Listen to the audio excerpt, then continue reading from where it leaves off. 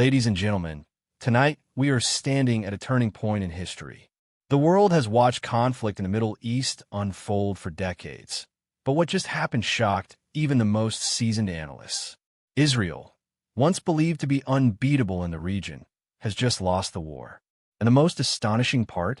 The reason behind this defeat is something no one truly anticipated. This isn't just about weapons, armies, or alliances. This is about the hidden cracks in Israel's strategy, the miscalculations of its leadership, and the unexpected resilience of its adversaries. The global stage is shifting, and Israel's fall in this war tells us more than just a story of battlefield losses. It's the story of a nation caught unprepared for a new kind of warfare. Let's break down the 5 key reasons behind this stunning outcome, that Israel's first and perhaps most unexpected failure came from the collapse of its intelligence dominance.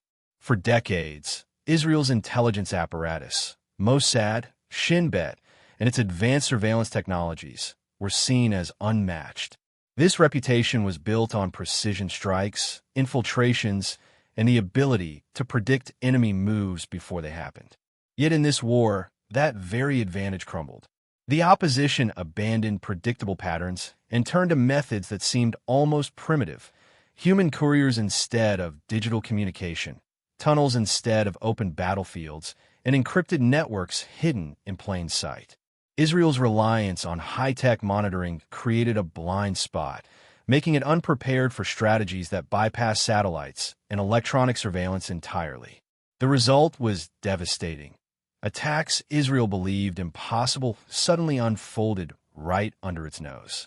For the first time, the world saw that Israel's intelligence machine, long believed to be infallible, could be outmaneuvered not with superior technology, but with simplicity and unpredictability. This shocking reversal shattered the myth of invulnerability and set the stage for the unraveling of everything that followed. Israel's second major miscalculation was underestimating the psychological resilience of its adversaries. In past conflicts, overwhelming airstrikes and rapid military campaigns often shattered the morale of opposing forces, forcing them into submission. But this time, every missile that fell, every city block reduced to rubble, seemed to strengthen rather than weaken their determination. Instead of being crushed, the enemy reframed survival itself as a form of victory. Communities rallied around loss, using suffering as fuel to continue resisting. The psychological battlefield turned into a weapon more powerful than rockets or drones. Israel's leadership had assumed that sheer force would break the spirit of its opponents, but instead, it hardened them. The resilience displayed was not just military. It was cultural, emotional, and spiritual, deeply rooted in identity and survival. This created an unshakable front line that Israel's military might could not penetrate. What Israel failed to recognize was that wars are not only fought with bombs and bullets, they're fought with willpower, and willpower cannot be measured on a radar screen. Another factor that quietly but powerfully undermined Israel's position was the immense economic pressure that grew as the war dragged on. Wars are not just fought on the battlefield. They are financed, supplied, and sustained by an economic engine running in the background. At first, Israel appeared prepared, confident that its robust economy could absorb the shock. But as weeks turned into months, the cracks began to show. Continuous military operations drained billions. Businesses faced closures, and investors who once saw Israel as a safe market began to retreat. Tourism vanished overnight, trade routes were disrupted, and the cost of maintaining daily life skyrocketed for ordinary citizens.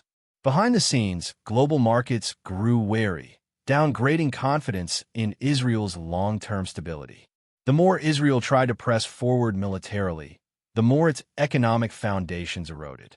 A strong army cannot march without a strong economy to fuel it. And as Israel's financial lifeline weakened, so too did its ability to sustain the war effort. What looked like a silent front became one of the most decisive arenas, where Israel lost ground without a single bullet being fired. Perhaps the most damaging and least expected blow to Israel's position was the growing diplomatic isolation it faced during the conflict. For decades, Israel relied on a network of powerful allies who not only provided military support, but also shielded it from international backlash. Yet this time, the tone shifted dramatically. Allies that once defended Israel without question began to hesitate, offering muted statements instead of strong endorsements. Some governments openly condemned Israel's actions, while others simply chose silence, a silence that spoke volumes on the global stage. Even long-standing partners, wary of domestic protests and international criticism, distanced themselves, unwilling to pay the political price of unconditional support. At the United Nations and in world capitals, Israel found itself increasingly alone, with its narrative being challenged and its actions scrutinized under a harsher lens than ever before. This erosion of diplomatic cover stripped Israel of the global legitimacy it once wielded like a shield.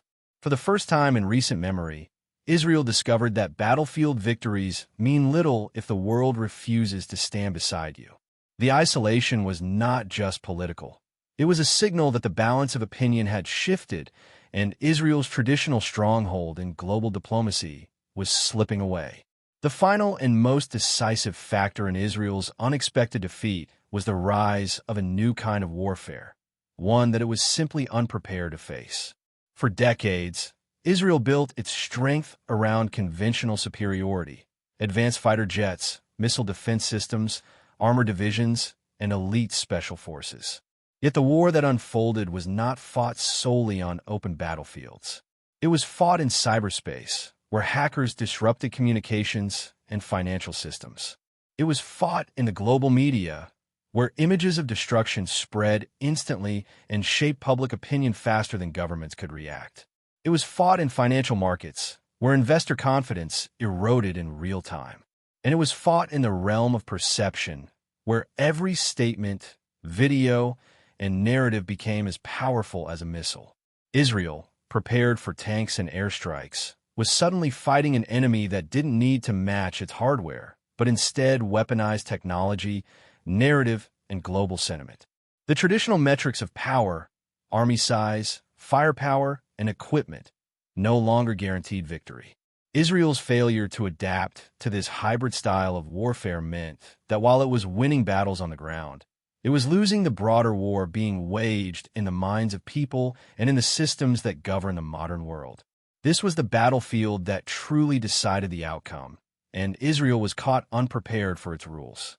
And so, as we look at the lessons from this war, it becomes clear that Israel's defeat was not written in the clash of armies, but in the deeper shifts of our time.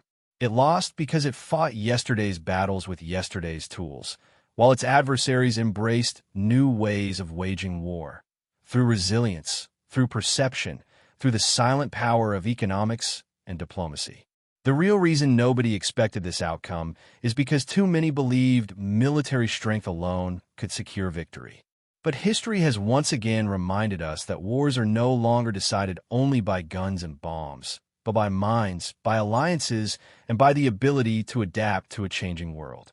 This moment will be remembered not just as the fall of Israel's military dominance, but as a turning point where the balance of power in the Middle East, and perhaps beyond, shifted in ways few thought possible. The lesson for all nations is clear. In the wars of the future, survival belongs not to the strongest, but to the most adaptable.